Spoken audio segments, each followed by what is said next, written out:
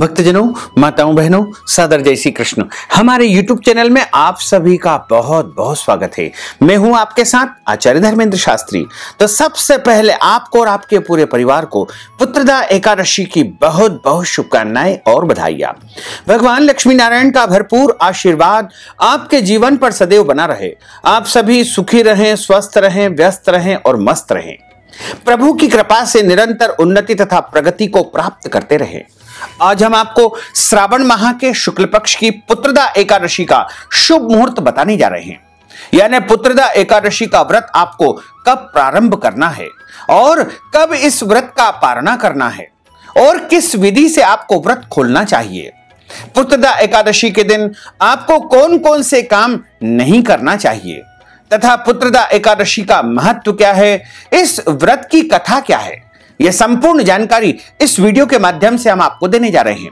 तो आपसे अनुरोध है कि हमारे इस ज्ञानवर्धक वीडियो को अधिक से अधिक लोगों को शेयर करिएगा और अंत तक वीडियो देखिएगा ताकि संपूर्ण एकादशी की जानकारी आपको इस वीडियो के माध्यम से पता लगेगी। पुत्रदा एकादशी जो कि श्रावण माह के शुक्ल पक्ष में आती है, पूरे वर्ष में 24 एकादशी आती है, लेकिन जिस साल अधिक मास आता है उस वर्ष 26 एकादशी होती है। प्रत्येक माह में 2 बार एकादशी आती है और दोनों ही एकादशियों का हमारे धर्म ग्रंथों तथा पुराणों में भिन्न भिन्न महत्व बताया गया है। कृष्ण पक्ष और शुक्ल पक्ष दोनों ही पक्षों की एकादशियों का विशेष महत्व हमारे शास्त्रों में लिखा हुआ है। और जितने भी व्रत होते हैं उनमें सबसे बड़ा यदि कोई व्रत होता है तो वह एकादशी का व्रत होता है। और एकादशी का जो व्रत मनुष्य करता है उसके जन्म जन्मांतर के पाप दोष नष्ट हो जाते हैं तथा उसके जीवन की समस्त इच्छाएं पूर्ण होने लगती है और इस संसार में सभी प्रकार के सुखों की प्राप्ति उसे निरंतर होने लगती है। प्रत्येक माह की एकादशी प्रत्येक मनुष्य को करना चाहिए। एकादशी का व्रत सभी को करना चाहिए। माताओं, बहनों, भक्तजनों को, बच्चों को, वृद्धों को, सभी को करना चाहिए। जो अपने शरीर से सामर्थ्यवान है एकादशी व्रत करने के लिए, उन सभी को एकादशी का व्रत अवश्य करना चाहिए। श्रावण मास पूरी तरह से भगवान शिव शंकर भोलेनाथ की आराधना के लिए समर्पित होता है। भगवान भोलेनाथ संतान सुख संपदा समेत सभी मनोकामनाओं को पूर्ति करने वाले देवता माने जाते हैं। शिव प्रिय श्रावण मास के शुक्ल पक्ष में जो एकादशी आती है उसे पुत्रदा एकादशी कहा जाता है।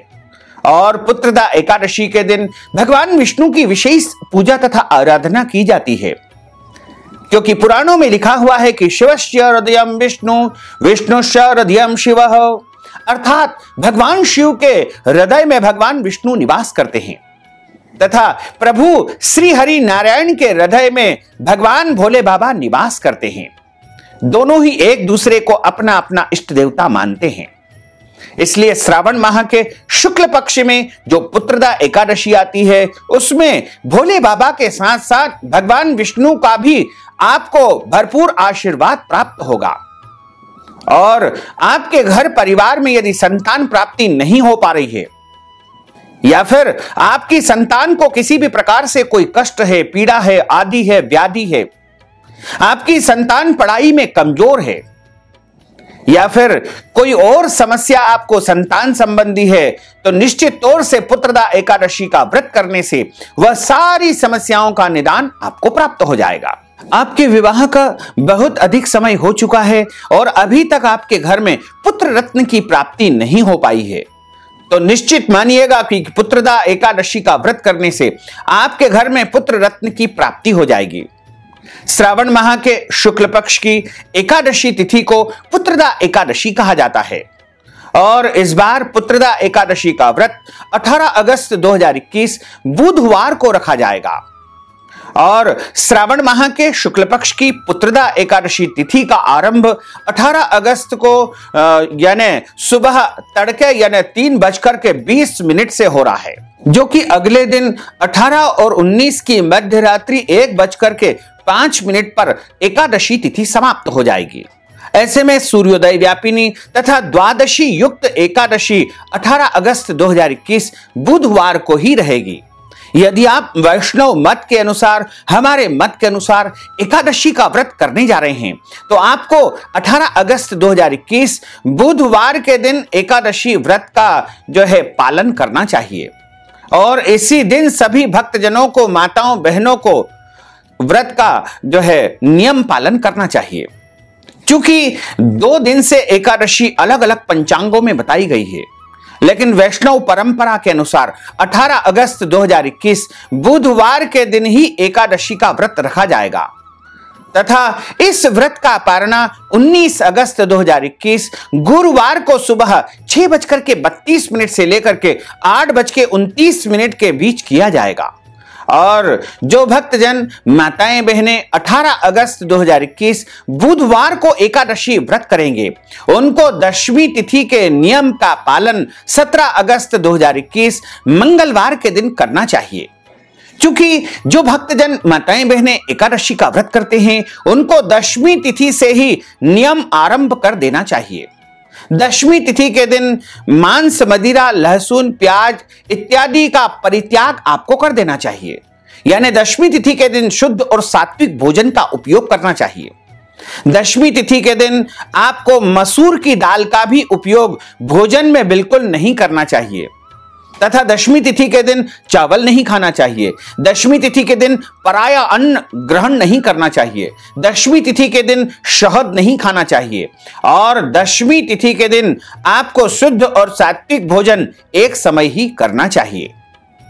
और दशमी तिथि के दिन आपको ब्रह्मचर्य व्रत का पालन अनिवार्य रूप से करना चाहिए तथा एकादशी यानी 18 अगस्त 2021 को सुबह जल्दी उठकर के स्नान करें। स्नान करने के बाद में शुद्ध वस्त्र धारण करें। जिन बिस्तरों पर आप सोए थे, उनको नहाने के बाद में आपको छूना नहीं चाहिए तथा जिन कपड़ों को आपने पहने थे, उनको भी गीला करे बिना आपको छूना नहीं चाहिए। जैसे आप जब स्नान करते हैं, तो जिन वस्त्रों को आपने पहले से धारण कर रखे हैं, उनको गीला अवश्य करें। उसके बाद आप चाहें तो स्नान करने के बाद भी उनको स्पर्श कर सकते हैं। इसी तरह धुले हुए शुद्ध और पवित्र वस्त्र आपको धारण करना चाहिए। और हमेशा ध्यान रखना चाहिए कि एकादशी के दिन जो भक्तजन व्रत करते हैं, नियम के पालन करते हैं, उनको तिलक अवश्य धारण करना चाहिए। तिलक धारण करने से प्रभु की अपार कृपा रहती है। देवो भूत्वा देवम यजेत। जब हम देवी देवता की आराधना करते हैं, तो हमको उनके अनुरूप अपने शरीर को सुंदर स्वरूपवान बना करके रखना चाहिए। हमारा आचार, विचार और व्यवहार सभी में पवित्रता होना बहुत ज्यादा आवश्यक होता है। तो सबसे पहले आपको प्रातःकालीन पूजन अर्चन संपन्न करना है। सूर्य भगवान को जल अर्पित करना चाहिए और उसके बाद में अपने भगवान का यानी बाल गोपाल जी का पूजन अर्चन आपको कर लेना चाहिए। यदि आप नियमित रूप से भगवान विष्णु जी का, बाल गोपाल जी का पूजन अर्चन करते हैं, तो आपको अलग से कोई विधान करने की आवश्यकता नहीं है। और यदि नहीं करते हैं, तो आप भगवान बाल गोपाल जी का और भगवान विष्णु जी का या राधा कृष्ण जी का या विष्णु के कोई भी अवतारी देवता का विशेष पूजन अर्चन करें और उनको तुलसी पत्र अवश्य चढ़ाएं। वैसे एकादशी के दिन तुलसी पत्र अनिवार्य होता है, इसलिए एकादशी के एक दिन पहले ही आपको तुलसी पत्र तोड़ करके रख लेना चाहिए, क्योंकि एकादशी के दिन तुलसी जी से पत्ते नहीं तोड़ना चाहिए। इसी प्रकार एकादशी तिथि के दिन चावल नहीं खाना चाहिए, घर में चावल भी नहीं बनाना चाहिए और एकादशी के दिन झूठ नहीं बोलना चाहिए। एकादशी के दिन क्रोध नहीं करना चाहिए। एकादशी के दिन वाद विवाद, लड़ाई झगड़ा बिल्कुल नहीं करना चाहिए। एकादशी तिथि के दिन घर के बड़े बुजुर्ग जैसे माता पिता, सास ससुर, इनका अनादर या अपमान बिल्कुल नहीं करना चाहिए, उनका दिल नहीं दुखाना चाहिए। और एकादशी के दिन दाढ़ी, कटिंग, सेविंग नहीं करवाना चाहिए। शरीर के अंग के कोई भी बाल आपको एकादशी के दिन बिल्कुल नहीं कटवाना चाहिए और एकादशी के दिन नाखून नहीं काटना चाहिए। एकादशी के दिन ब्रह्मचर्य व्रत का पालन अवश्य करना चाहिए, यानी पति पत्नी को एक दूसरे से दूरी बना करके इस दिन रखना चाहिए। और एकादशी तिथि के दिन आपको भगवान का स्मरण करते हुए पूरा दिन व्यतीत करना चाहिए। झूठ बिल्कुल नहीं बोलना चाहिए। और एकादशी तिथि के दिन यदि आपके घर पर कोई भी याचक, भिखारी या मांगने वाला आता है तो उसे कुछ न कुछ दान पुण्य अवश्य करना चाहिए। उस दिन उसे खाली हाथ नहीं लौटाना चाहिए। इसी तरह एकादशी के दिन पेड़ पौधों को काटना या छांटना नहीं चाहिए। एकादशी तिथि के दिन आपको किसी भी जीव जंतु को जो है कष्ट नहीं पहुंचना चाहिए, यानी गौ माता को त्रास नहीं देना चाहिए, बैल को भी मारना नहीं चाहिए। इसी प्रकार अन्य जो भी जीव जंतु होते हैं उनकी सेवा करना चाहिए, उनका मन प्रसन्न रखना चाहिए। और एकादशी तिथि के दिन में सोना नहीं चाहिए। एकादशी तिथि के दिन रात्रि में जागरण भी करना चाहिए। यदि किसी कारणवश आप बहुत ज्यादा थके हुए हैं तो अल्प विश्राम आप कर सकते हैं। और यदि शाम के समय आपको भगवान का पूजन अर्चन करना है तो आप स्नान करके ही पूजन करें, क्योंकि सोने के बाद जब हम उठते हैं तो अपवित्र अवस्था में माने जाते हैं। ऐसी अवस्था में हमको स्नान करके ही प्रभु की आराधना तथा पूजन अर्चन करना चाहिए। और एकादशी तिथि के दिन हमको पूरा दिन भगवान के स्मरण में, भगवान के कीर्तन में, भगवान के भजन में व्यतीत करना चाहिए। वैसे तो घर गृहस्थी के कार्यों को ध्यान में रखते हुए प्रभु का जो है हमको स्मरण करते रहना चाहिए। तथा एकादशी के दिन जो फलाहार किया जाता है वह शुद्ध और सात्विक होना चाहिए। गाय के दूध से बनी मिठाइयां या फल सर्वोत्तम फलाहार माने जाते हैं। इसके अलावा अन्य जो खीरा ककड़ी है या फल है, सभी प्रकार के जो फल है वो भी फलाहार के लिए उपयुक्त माने जाते हैं। फलाहार हमेशा शुद्ध और सात्विक होना चाहिए। और एकादशी के दिन पराये फलाहार का, पराये अन्न का उपयोग नहीं करना चाहिए। एकादशी तिथि के दिन आपको लहसुन, प्याज, मांस, मदिरा का उपयोग बिल्कुल नहीं करना चाहिए। इसके अलावा एकादशी तिथि के दिन चावल का उपयोग नहीं करना है, मसूर की दाल का उपयोग नहीं करना है। एकादशी के दिन शहद नहीं खाना चाहिए। और एकादशी के दिन शुद्ध और सात्विक फलाहार प्रभु को भोग लगाने के बाद ही आपको स्वीकार करना चाहिए। एकादशी के एक दिन पहले तुलसी जी के पत्ते तोड़ करके रख लेना चाहिए, क्योंकि जब हम संकल्प धारण करेंगे तो उसमें भी तुलसी जी के पत्ते लगेंगे, तथा जब हम भगवान का पूजन अर्चन करेंगे उसमें भी तुलसी जी के पत्ते लगेंगे, और जब हम भगवान को भोग लगाएंगे, नैवेद्य उनको धराएंगे, उसमें भी तुलसी जी के पत्ते लगेंगे। और इस एकादशी को पुत्रदा एकादशी के साथ साथ पवित्रा एकादशी भी कहा जाता है। पुष्टि मार्गी वैष्णव परंपरा में भगवान को पवित्रा धराई जाती है, प्रभु को पवित्रा अर्पण कराई जाती है, इसलिए इस एकादशी को पवित्रा एकादशी भी कहा जाता है। और जो भक्तजन, माताएं, बहनें निष्काम भाव से व्रत रखते हैं, यानी जिनके मन में कोई कामना नहीं होती है, ऐसे व्रत को निष्काम व्रत कहा जाता है। और जो भक्तजन, माताएं, बहनें सकाम भावना से व्रत रखते हैं, सकाम का अर्थ होता है मन में कोई भी इच्छा होना, कोई भी कामना होना, उसे सकाम व्रत कहा जाता है। दोनों ही अवस्था में एकादशी व्रत का संकल्प अवश्य धारण करना चाहिए, क्योंकि संकल्प करने से कार्य की सिद्धि होती है। और जो भक्तजन, माताएं, बहनें एकादशी का व्रत करते हैं, उनको एकादशी की कथा हमेशा ब्राह्मण के मुख से ही सुनना चाहिए, क्योंकि ब्रह्म वाक्य जनार्दन, ब्राह्मण के मुख से साक्षात नारायण बोलते हैं। और जब आप ब्राह्मण देवता के मुखारविंद से कथा का श्रवण करेंगे तो आपको एकादशी का पूरा पूरा पुण्य फल अवश्य ही प्राप्त हो सकेगा। और कथा सुनने के बाद आप ब्राह्मण को यथाशक्ति दान दक्षिणा अवश्य देवें।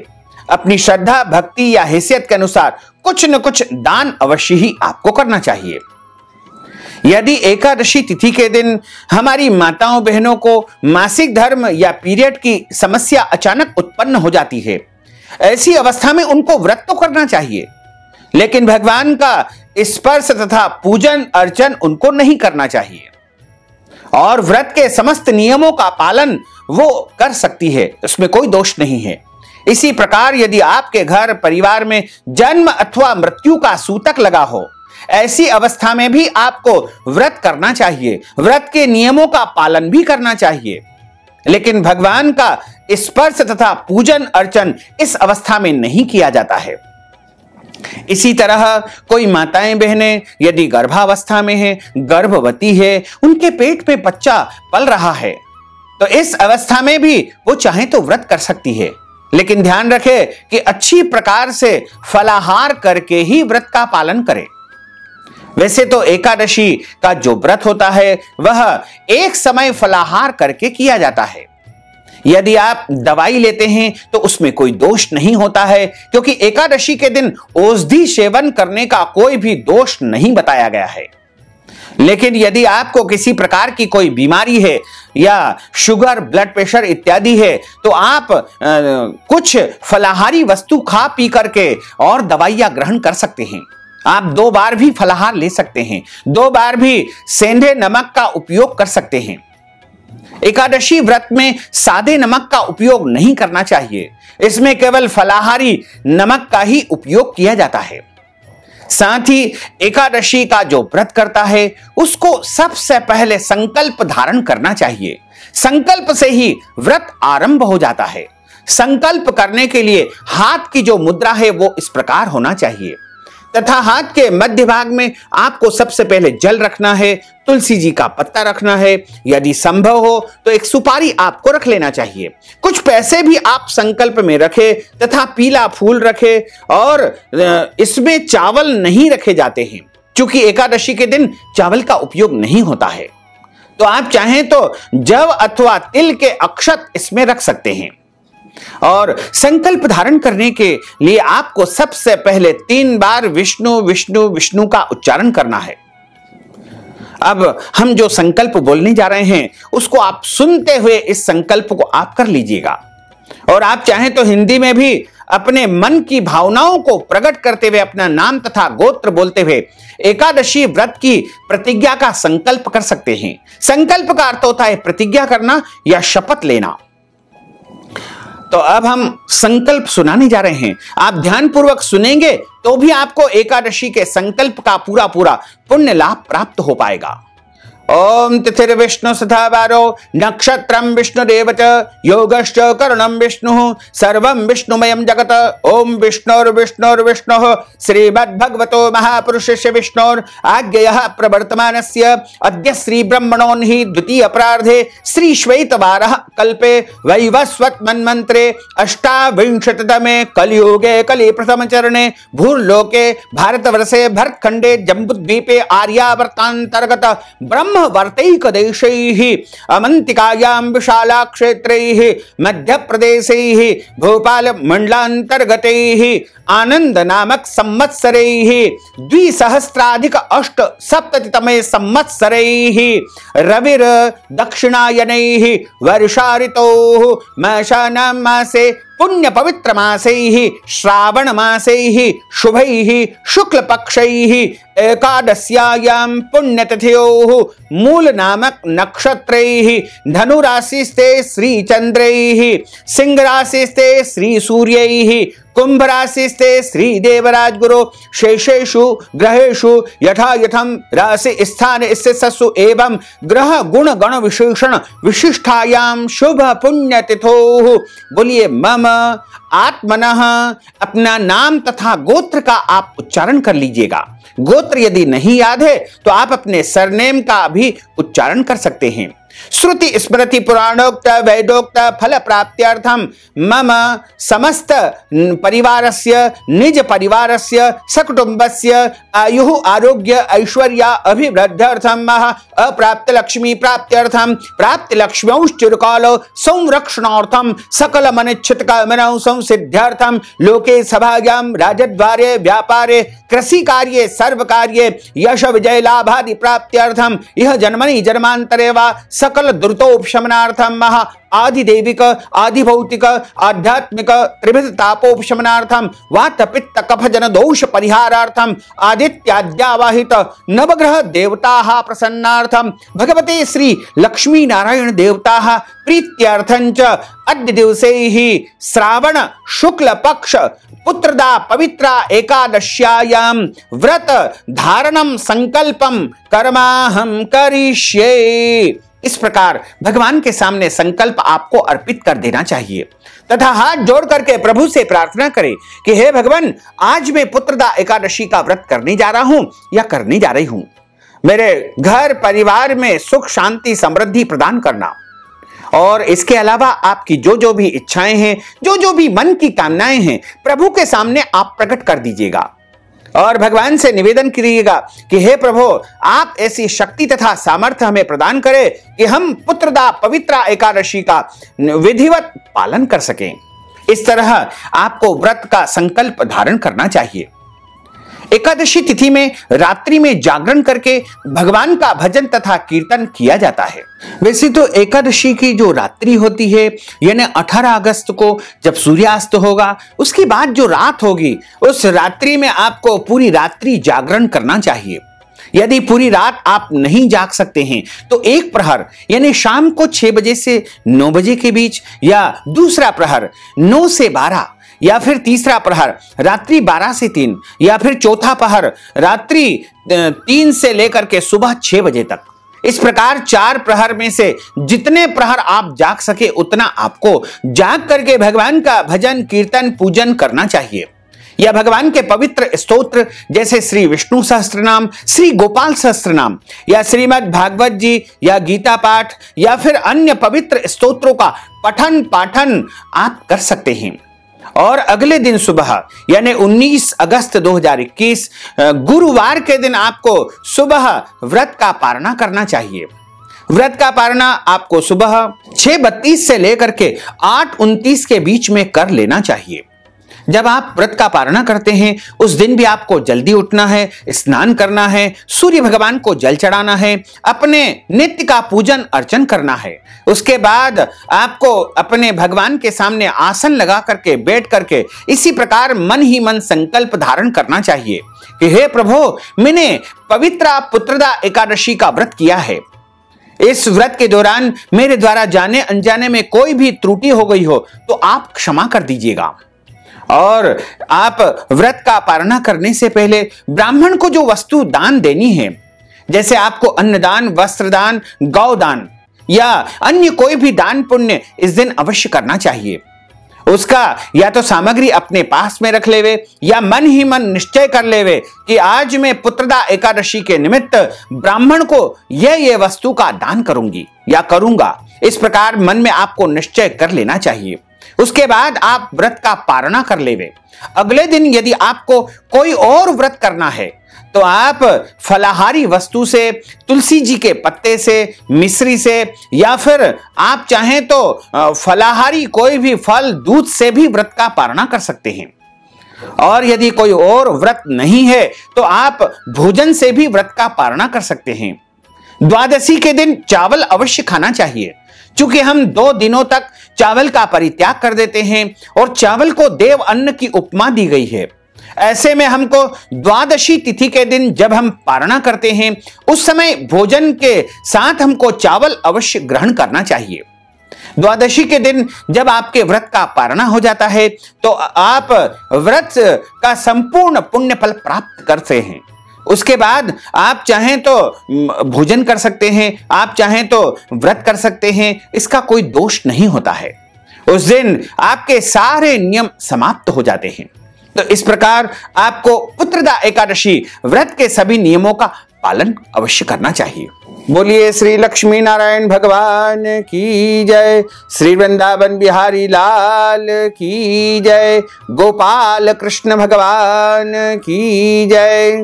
गुरुर् ब्रह्मा गुरुर्विष्णु गुरुर्देवो महेश्वरा, गुरुः साक्षात् परब्रह्म तस्मै श्री गुरुवे नमः।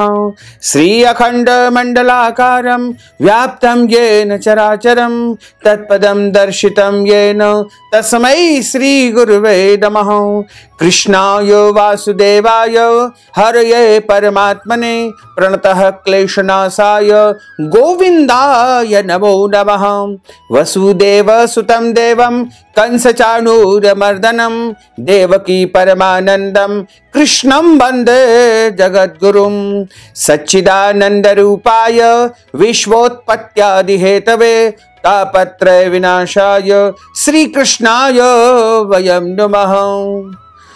जय जय श्री राधा रमण, जय जय नवल किशोर, जय गोपी चित चोर प्रभु, जय जय माखन चोर। मात मेरी श्री राधिका, पिता मेरे घनश्याम, इन दोनों के चरणन में मेरा बारंबार प्रणाम, मेरा बारंबार प्रणाम, मेरा बारंबार प्रणाम। मोहिनी मूरत श्याम की वो मन रही समाय, जो मेहंदी के पात में लाली रही समाय। धन यौवन एक दिन उड़ जाएंगे जैसे उड़े कपूर, मन मूरख तू राम भज क्यों चाटे जगधूर। राम कृष्ण दो एक है अंतर नहीं निमेष, इनके नयन गभीर है उनके चपल विशेष। करार विंदेन पदार विंदम, मुखार विंदेन विनिवेशयन्तिम, वटस्य पत्रस्य पुटेशयानम, बालम मुकुंदम मनसा स्मरामि। वरह पीडम नटवर वपुः कर्णयोः कर्णिकारं, विभ्रद्वास कनक कपीशम वे जयंतीम चमालाम। रंध्रान वेणोर्धर सुधया पूरयन् गोप वृंदैः, वृंदारण्यम स्वपदरमणम प्राविशत गीत कीर्तिः। बोलिए श्री वृंदावन बिहारी लाल की जय, गोपाल कृष्ण भगवान की जय, श्री गिरिराज धरण की जय, श्री गोवर्धन नाथ भगवान की जय, श्री श्याम सुंदर यमुने महारानी की जय, श्री वल्लभाधीश की जय, श्री गुसाई जी महाराज की जय, सद्गुरुदेव भगवान की जय। युधिष्ठिर उवाच श्रावणस्य सिते पक्षे किं नाम एकादशी भवेत्, कथयस्व प्रसादेन ममाग्रे मधुसूदनः। युधिष्ठिर भगवान कृष्ण को सबसे पहले प्रणाम करते हैं और भगवान से पूछते हैं कि श्रावण के शुक्ल पक्ष में जो एकादशी होती है उसका नाम क्या है। हे मधुसूदन, हे माधव, वह प्रसन्नता से मेरे सम्मुख आप प्रकट करने की कृपा करें। भगवान कृष्ण बोले कि हे राजन, पापों को हरने वाली इस कथा को मैं तुम्हें सुनाने जा रहा हूं, तुम सावधान पूर्वक सुनो। जिसके श्रवण मात्र से वाजपेयी यज्ञ का फल प्राप्त होता है। द्वापर युग के आदि में महिष्मतीपुर में महिजित नाम से प्रसिद्ध एक राजा राज्य किया करता था। पुत्रहीन उस राजा को वह राज्य सुखकारी नहीं था, क्योंकि उस राजा के पास में किसी भी प्रकार की धन दौलत वैभव की कमी नहीं थी। बस कमी थी तो केवल पुत्र की थी, क्योंकि पुण्य नाम पुत्र इस संसार सागर से तारने वाला होता है। और जिस मनुष्य के यहां पुत्र नहीं होता है वह बड़ा दुखी रहता है। तो वह राजा भी पुत्र न होने के कारण बहुत दुखी रहता था, क्योंकि पुत्र रहित मनुष्य को इस लोक में तथा परलोक में सुख नहीं मिलता है। पुत्र की प्राप्ति में यत्न करते हुए उस राजा को बहुत सारा समय व्यतीत हो गया, परंतु गृहस्थ सुख को देने वाला पुत्र उस राजा को अभी तक प्राप्त नहीं हो पाया था। अपनी अवस्था अधिक होते देख राजा चिंता में लीन हो गए, क्योंकि राजा की उम्र दिनों दिन व्यतीत होती जा रही थी। और जब उसका बुढ़ापा आने लगा था तब वह अधिक चिंतित होने लगा कि अभी तक मेरे यहां पुत्र की प्राप्ति नहीं हो पाई है, और इस संसार से मुझे कौन तारेगा, कौन मेरी मृत्यु के पश्चात मेरे अंतिम क्रियाओं को करेगा, कौन मेरे लिए पिंडदान करेगा, कौन मेरे लिए श्राद्ध करेगा, कौन मेरे लिए तर्पण करेगा। इस प्रकार की चिंताएं उस राजा को निरंतर सताती जा रही थी। एक दिन वह राजा अपनी सभा में बैठा हुआ था और अपने सभासदों के सम्मुख अपनी चिंता को प्रकट कर रहा था, और अपने सभासदों से वह कह रहा था कि इस जन्म में तो मैंने कोई भी पाप नहीं किया है, और मैंने अन्याय के माध्यम से धन अर्जित नहीं किया है। मैंने जो भी धन या वैभव या खजाना अर्जित किया है वह मैंने न्याय पूर्वक ही अर्जित किया है, और न मैंने कभी ब्राह्मणों तथा देवताओं का धन भी हरण नहीं किया है। बहुत से पापों की मूल किसी की धरोहर भी मैंने कभी नहीं दबाई है, यानी मैंने जिससे भी उधार पैसा लिया है उसका समय पर पैसा चुकाया है। किसी की अमानत को मैंने कभी भी दबाया नहीं है, यानी मैंने किसी भी प्रकार की बेईमानी का कार्य नहीं किया है, और प्रजा का भी मैंने पुत्रवत पालन किया है, तथा पृथ्वी को धर्म से ही मैंने जीता है, और भाई या पुत्र के समान ही किसी मनुष्य को मैंने न्याय पूर्वक ही दंड दिया है, यानी किसी भी प्रकार का मैंने पक्षपात नहीं किया है, और द्वेष करने योग्य भी शिष्ट मनुष्य का मैंने हमेशा सत्कार किया है।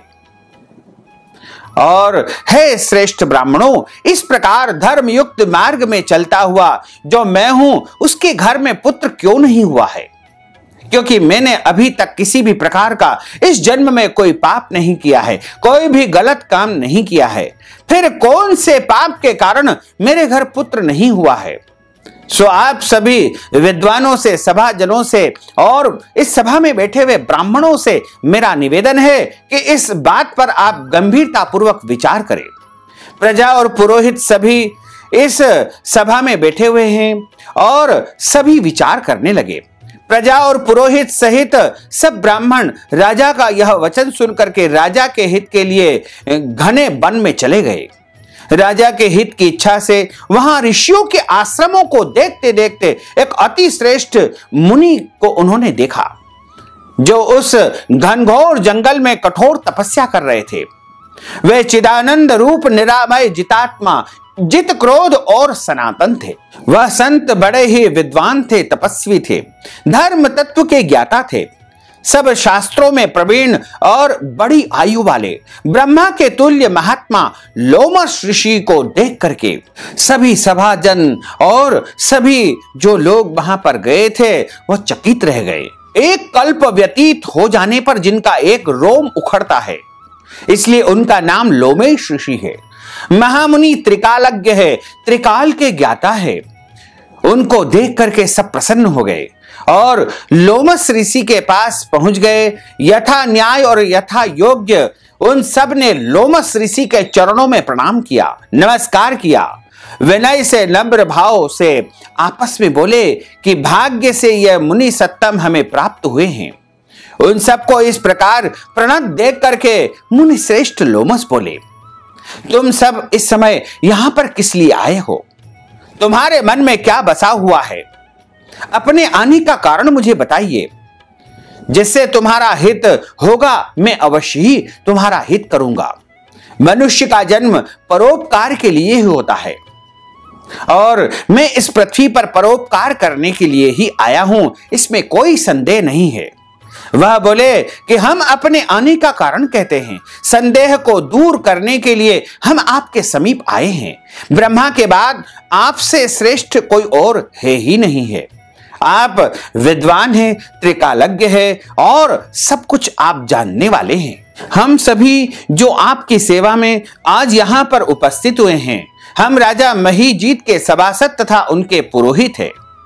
और हमारे जो राजा है, राजा महीजीत, उन्होंने किसी भी प्रकार का इस जन्म में कोई पाप नहीं किया है, कोई अनाचार नहीं किया है, कोई अत्याचार नहीं किया है, कोई भी गलत कार्य उन्होंने अपने द्वारा नहीं किया है।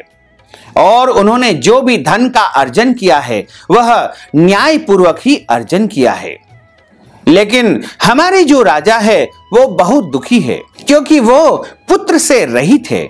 उनके घर पर कोई भी पुत्र अभी तक नहीं हो पाया है। हे ब्राह्मण, हे ऋषिवर, हम उनकी प्रजा हैं। उन्होंने हमारा पुत्र के समान सदैव पालन किया है। उसे पुत्र रहित देख करके उसके दुख से हम सभी दुखी हैं। नैष्ठि की मति करके हम तप करने वाले आए हैं। हे द्विजोत्तम, राजा के भाग्य से हमको आपका दर्शन मिला हुआ है। बड़ों के दर्शन से ही सारे कार्य सिद्ध हो जाते हैं। हे महामुनि, ऐसा उपदेश दीजिए कि जिससे हमारे राजा महीजीत के यहाँ पुत्र की प्राप्ति हो जाए। उनका यह वचन सुनकर के मुनि क्षणों भर ध्यान में स्थित हो गए। उस राजा के पहले जन्म का हाल जान करके कहते हैं, लोमस ऋषि कहते हैं कि यह राजा पूर्व जन्म में धन से हीन क्रूर कर्म करने वाला एक वैश्य था। एक गांव से दूसरे गांव में जाकर के व्यापार कार्य किया करता था। एक समय ज्येष्ठ के महीने में जब भयंकर गर्मी होती है, ऐसे शुक्ल पक्ष में द्वादशी तिथि के दिन मध्याह्न में ग्राम के सीमा में जलाशय का गड्ढा देख करके जल पीने की इच्छा से वहां पर गया। उसी समय हाल की ब्याही हुई, यानी जिस गौ माता ने एक बछड़े को जन्म दिया था, वह गाय भी वहां पर आई हुई थी और बेचारी गौ माता प्यास के मारे आतुर हो रही थी। वह गाय जल की बहुत प्यासी थी, घबराई हुई थी और धूप से बहुत दुखी हो रही थी। गौ माता उस जलाशय में जल पीने के लिए आई, लेकिन जैसे ही वह गौ माता उस जलाशय में जल पी रही थी तो इस वैश्य ने उस गौ माता को वहां से हटा करके स्वयं जल पीने लग गया। उस कर्म के पापों से यह इस जन्म में पुत्रहीन हो गया, क्योंकि पूर्व जन्म में जो इसने कर्म किए हैं उसके प्रभाव से इसे अरकंटक यानी अच्छा राज्य प्राप्त हुआ, अनंत राज्य इसे प्राप्त हुआ।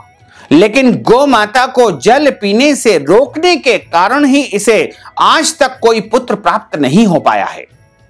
सभी जन महामुनि को प्रणाम करके बोलते हैं कि पुण्य से पाप का क्षय होता है। यह हमने पुराणों के माध्यम से सुना हुआ है।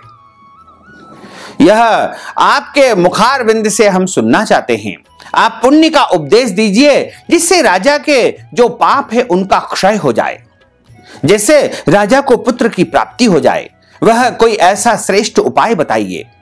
लोमस ऋषि कहते हैं कि श्रावण माह के शुक्ल पक्ष की जो एकादशी होती है उसका नाम पुत्रदा एकादशी होता है और वह एकादशी पुत्र को देने वाली एकादशी है और उसका नाम पुत्रदा एकादशी इसीलिए प्रसिद्ध है। एकादशी तिथि होती है, हे जनों, तुम यथाविधि उस एकादशी का व्रत करो, जागरण करो, पूजन करो, अर्चन करो, ब्राह्मण को दान पुण्य करो। उसका सारा का सारा पुण्य तुम उस राजा को प्रदान कर दो।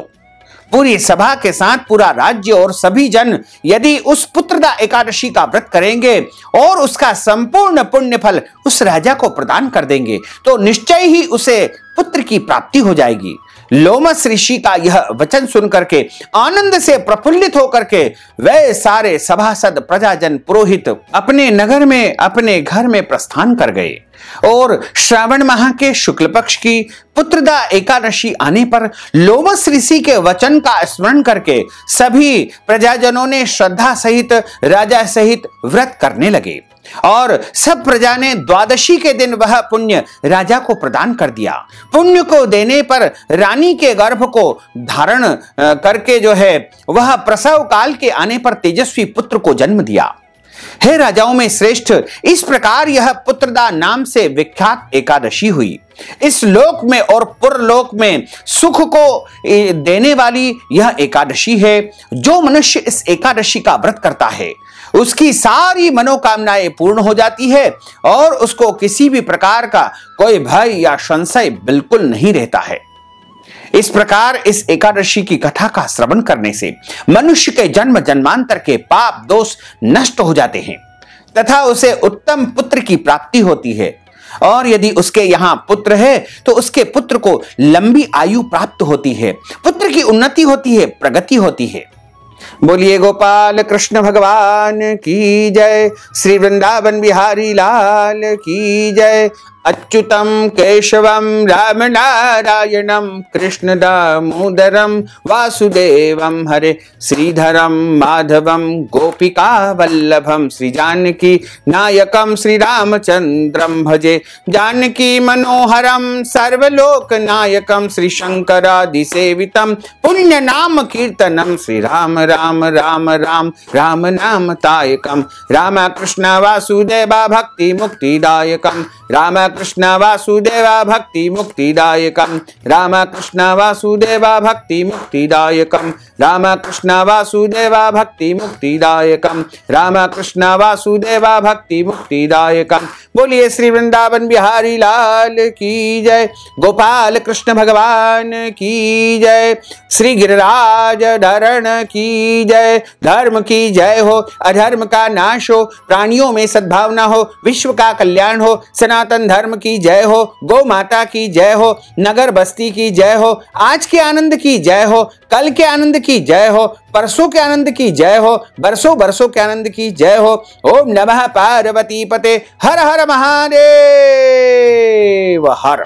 भक्तजनों, माताओं बहनों, हमने जो ज्ञानवर्धक कथा आपको सुनाई है, यदि आप पुत्रदा एकादशी के निमित्त कथा की दक्षिणा प्रदान करना चाहते हैं या फिर ब्राह्मण को भोजन करवाना चाहते हैं, फलाहार का दान करना चाहते हैं, वस्त्र दान देना चाहते हैं, गौ दान या फिर अन्य कोई भी पुत्रदा एकादशी के निमित्त दान पुण्य करना चाहते हैं, तो आप हमारी पेटीएम के माध्यम से, गूगल पे के माध्यम से, फोन पे के माध्यम से या अकाउंट नंबर के माध्यम से नगद राशि पहुंचा करके पुत्रदा एकादशी का संपूर्ण पुण्य फल प्राप्त कर सकते हैं। साथ ही आपसे अनुरोध है कि हमारे इस ज्ञानवर्धक वीडियो को अधिक से अधिक लोगों को शेयर करिएगा, लाइक करिएगा, कमेंट करिएगा, और यदि अभी तक आपने सब्सक्राइब नहीं किया तो अभी और इसी समय सब्सक्राइब अवश्य कर लीजिए। आपको और आपके पूरे परिवार को सादर जय श्री कृष्ण, सादर धन्यवाद।